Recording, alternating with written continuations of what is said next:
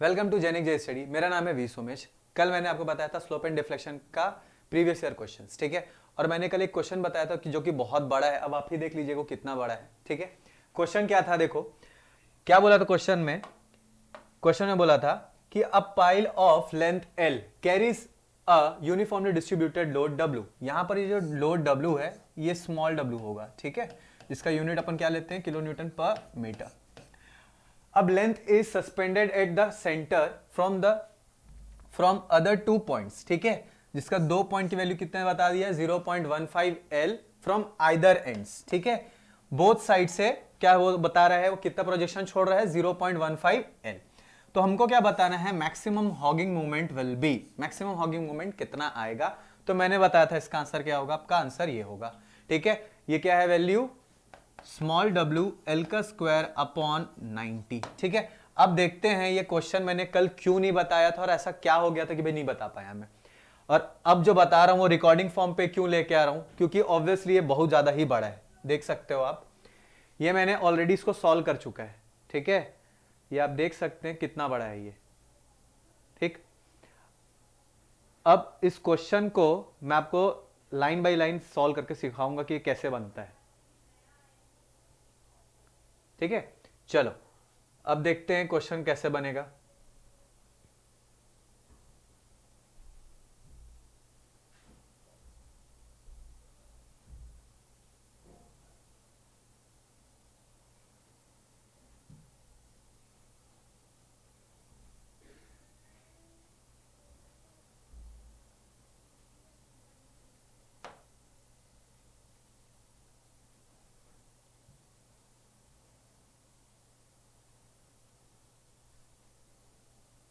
चल देखो क्वेश्चन क्या बता रहा है, यहां पर अगर मैं देखूं तो यहां पर मैंने आपको क्या बताया, इस कंडीशन पे यहां पर मैंने बताया कि ये लेंथ आपका दे दिया है, यूनिफॉर्मली डिस्ट्रीब्यूटेड लोड है और ये स्मॉल w है, ठीक है।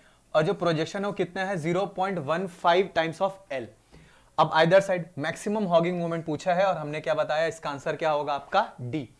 अब देखो ये बीम को आप देख सकते हो, इस बीम पे यहां पर हमने क्या डील किया है। यहां पर देखो ये बीम क्या है, थ्रू आउट एक ऐसे तो प्रोजेक्शन है, मैंने कल बताया था कि बीम प्रोजेक्शन है, यहां पर इसको सपोर्ट मिल गया, ठीक है।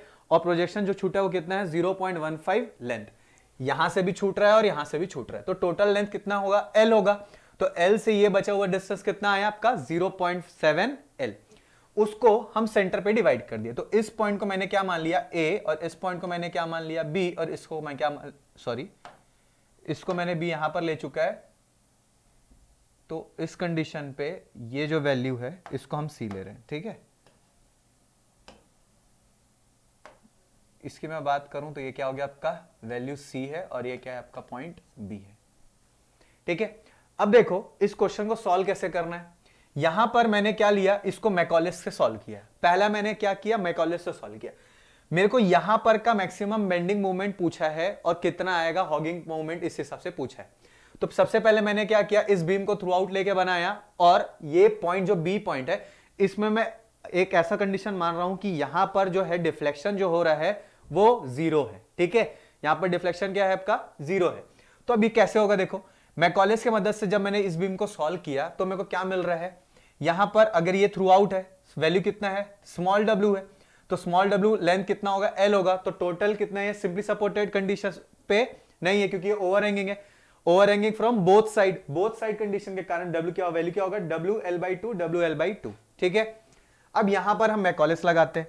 मैकॉलेस में हमको ये फॉर्मूला मालूम है कि mx का वैल्यू कितना होता है, mx is equal to EI double differentiation of dx, ठीक है। अब यहां पर इसका इक्वेशन लिखना है, मैंने आपको सिखाया था, क्या बताया था, पहले यहां प्रोजेक्शन काटूंगा, फिर यहां प्रोजेक्शन काटूंगा, फिर यहां काटूंगा। तो इस कंडीशन में अगर मैं देखूं तो mx का डायरेक्शन कैसे बनेगा, देखो यहां पर मैंने क्या बताया था, इस कंडीशन में ये ऐसे बनेगा और ये यूडियल आया। इस यूडियल कंडीशन में देखो ये मैंने यहां पर बनाया, ये यूडियल कंडीशन लिया, यहां पर मैंने एक बनाया सपोर्ट, यहां पर एक सपोर्ट बनाया। तो इस कंडीशन में क्या बनाया, मेरे को mx का डायरेक्शन चाहिए, तो ये क्या होगा आपका mx का वैल्यू, फिर यहां पर क्या बनेगा, एक mx का वैल्यू बनेगा और फिर यहां एक mx का वैल्यू बनेगा, ठीक है। और प्रोजेक्शन यहां से डिस्टेंस कितना हो गया आपका x, यहां से डिस्टेंस कितना हो गया आपका x, और यहां से यहां तक का डिस्टेंस कितना हो जाएगा x। अब जो एक मिनट, हाँ। अब जो देखो यहां पर आया, तो अब यहां पर मैं अगर रखा हूं तो ये क्या सेम डायरेक्शन पे जा रहा है, इसलिए माइनस होगा। कितना होगा वैल्यू, डब्ल्यू एक्स स्क्वायर बाई टू, तो डब्ल्यू एक्स स्क्वायर बाई टू। यहां पर देख पाऊंगा तो क्या ये अपोजिट जा रहा है, तो वैल्यू कितना होगा आर ए, इसका वैल्यू कितना है आर ए, और ये कितना आ गया आर सी। तो आर ए का वैल्यू कितना आएगा, ये जो डिस्टेंस है ये 0.15 एल डिस्टेंस है, तो उसको मैंने माइनस कर दिया। ठीक है, फिर यहां पर आऊंगा तो क्या देख पा रहा हूं आरसी है। टोटल यहां से यहां तक का डिस्टेंस कितना होगा, टोटल अगर 1 है उससे 1.5 माइनस कर दूं तो कितना आएगा 0.85 एल आएगा। तो ये हमको क्या मिल गया, ये हमको मिल गया इस जगह का mx का वैल्यू। ठीक है, जो हमको mx की वैल्यू मिल गई है, तो अब क्या करना है, mx को एक बार इंटीग्रेट करना है। इंटीग्रेशन करने से एक कांस्टेंट वैल्यू आया जिसको हम क्या बोलते हैं c1। ठीक है, इंटीग्रेशन तो नॉर्मल होता है इसलिए मैंने आपको समझाया नहीं। ठीक है, अब यहां पर ये वैल्यू क्या है, देखो c1 को फिर से एक बार इंटीग्रेट करेंगे तो क्या हो जाएगा x मल्टीप्लाई होगा, और यहां पर एक और कांस्टेंट आएगा c2। मैंने आपको बताया था कि जब भी हम क्या करते हैं इंटीग्रेट करते हैं, तो ये जो पार्टीशन मैं क्रिएट करता हूं उससे पहले को c1 c2 को कंसीडर किया जाता है। क्यों किया जाता है अभी आप देखेंगे। अब देखो यहां पर एंड कंडीशन की मैं बात करूं तो सिंपल सी बात है यार, एंड कंडीशन यहां सपोर्ट लगा, यहां सपोर्ट लगा, तो वैल्यू क्या आएगा, उसी सपोर्ट में ही वैल्यू क्या होगा, डिफ्लेक्शन की वैल्यू 0 होगी। तो हमने दो कंडीशन ले लिया कि at x is equal to 0.15 L, मतलब यहां से ले रहा हूं तो ये क्या आएगा 0.5 एल, तो यहां पर क्या है डिफ्लेक्शन की वैल्यू क्या आएगी आपकी 0 आएगी, और यहीं से यहां तक जाऊंगा तो वैल्यू कितना है 0.5 एल आएगा। ठीक है, समझ में आ रहा। अब देखो यहां पर मेरे को क्या पता चला कि ये जो इक्वेशन है इसको हम क्या बोलते हैं स्लोप इक्वेशन, और इस इक्वेशन को हम क्या बोलते हैं डिफ्लेक्शन इक्वेशन। यहां पर अगर मेरे को क्या चाहिए वैल्यू चाहिए, तो मेरे को क्या ऑब्वियसली यहां पर y पे डील कर रहा हूं तो मेरे को खाली और खाली इस वाले इक्वेशन का मदद लेना पड़ेगा, क्योंकि यहां पर खाली y का वैल्यू है, dy का वैल्यू तो है भी नहीं। तो अब इस इक्वेशन की मैं बात करूं तो हम यहां पर इक्वेशन की बात कर रहा हूं, तो यहां पर ये इक्वेशन नंबर, ये गलती से हमारे लिखा गया, यहां पर क्या होना चाहिए था इक्वेशन 2। ठीक है, अब इस इक्वेशन में पुट कर रहा हूं तो यहां पर देखो ये जो वैल्यू है इसमें क्या पहला कंडीशन 0.15 एल, और जब y की वैल्यू क्या होगी 0, जब y की वैल्यू 0 होगी तो ये पूरा टर्म क्या हो जाएगा 0 हो जाएगा। यहां पर x की वैल्यू क्या लिखूंगा 0.15 एल, तो वैल्यू कितना आएगा ये प्लस कांस्टेंट है, फिर जगह इसके जगह भी क्या लिखूंगा x की वैल्यू, फिर ये c2 आएगा। तो इस इक्वेशन को क्या मान लिया मैंने, इस इक्वेशन को मैं मान लिया इक्वेशन 1। इसको फर्दर सिंप्लीफाई करने पे c1 और c2 का वैल्यू को सॉल्व करने पे ये वैल्यू आ रहा है, मेरे को कुछ मिल रहा। ठीक है, तो इस इक्वेशन को हम क्या मान रहे हैं इक्वेशन नंबर 1। अब इस इक्वेशन के बाद मैं क्या देख पा रहा हूं कि भाई यहां पर फिर से इक्वेशन नंबर 2 आएगा, क्योंकि y की बात कर रहे हैं, इस इक्वेशन में फिर से पुट करेंगे, मगर अब के टाइम x की वैल्यू क्या होगी 0.85 एल, और y की वैल्यू क्या होगी सेम होगी। ठीक है, 0 ही होगी, तो यहां पर ये पूरा टर्म क्या हो गया 0 हो गया, तो यहां क्या ये पूरा टर्म 0 हो गया। इसके कारण हमको फिर से एक इक्वेशन मिला, इसको फर्दर सिंप्लीफाई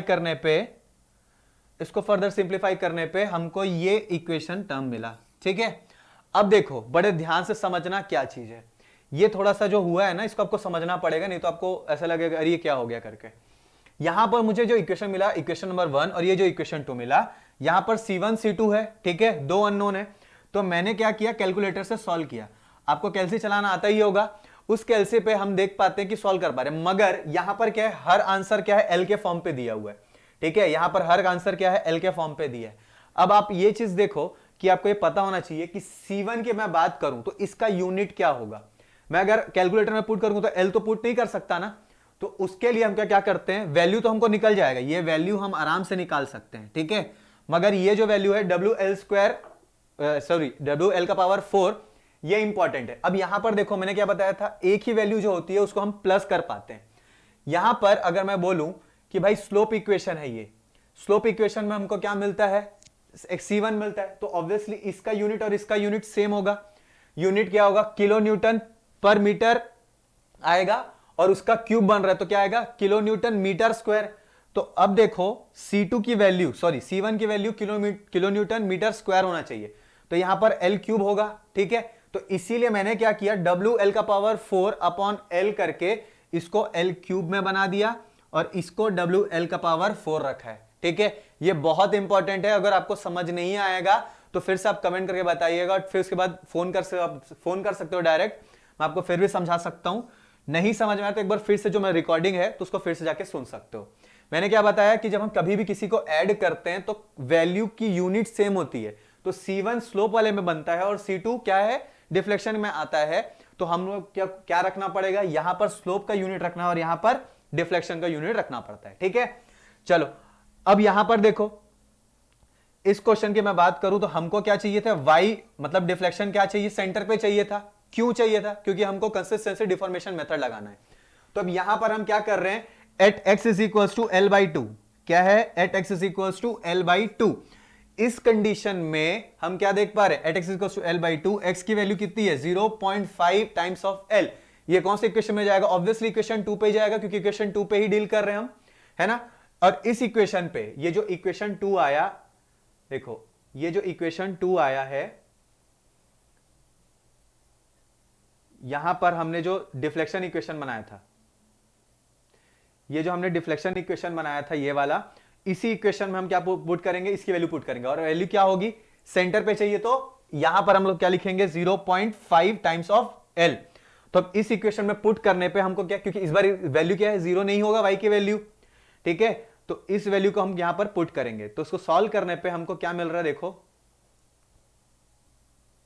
हमको इसको सॉल्व करने पे ये बड़ी सी वैल्यू मिल रही है। ठीक है, यहां से यहां तक ये ब्रैकेट पे है, सॉरी यहां से यहां तक का एक ब्रैकेट है, फिर ये एक ब्रैकेट है, ठीक है, फिर ये एक ब्रैकेट है और ये एक कंप्लीट ब्रैकेट है, ठीक है, और होल ये व्हाइट वाली ब्रैकेट है। ठीक है, इसको सिंप्लीफाई करने पे हमको क्या मिल रहा है, इसकी वैल्यू मिल गई है, डिफ्लेक्शन की वैल्यू ये। अब अगर मैं फिगर की बात करूं तो यहां पर अगर लोडिंग हुआ तो डिफ्लेक्शन कैसा शो करेगा, ऐसा शो करेगा।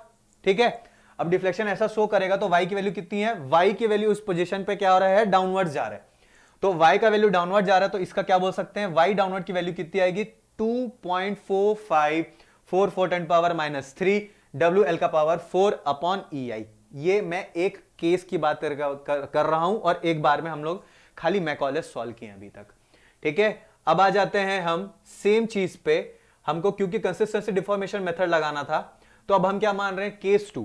अब हम क्या मान रहे हैं, वो उसमें डिफ्लेक्शन 0 डाउनवर्ड आ रहा था, अब मैं क्या मान रहा हूं, आरबी को यहां पर लगा के इस जगह पे मैं आरबी लगा दिया और यहां पर क्या है, ये वाईबी को निकालूंगा जो कि क्या जा रहा है, अपवर्ड जा रहा है।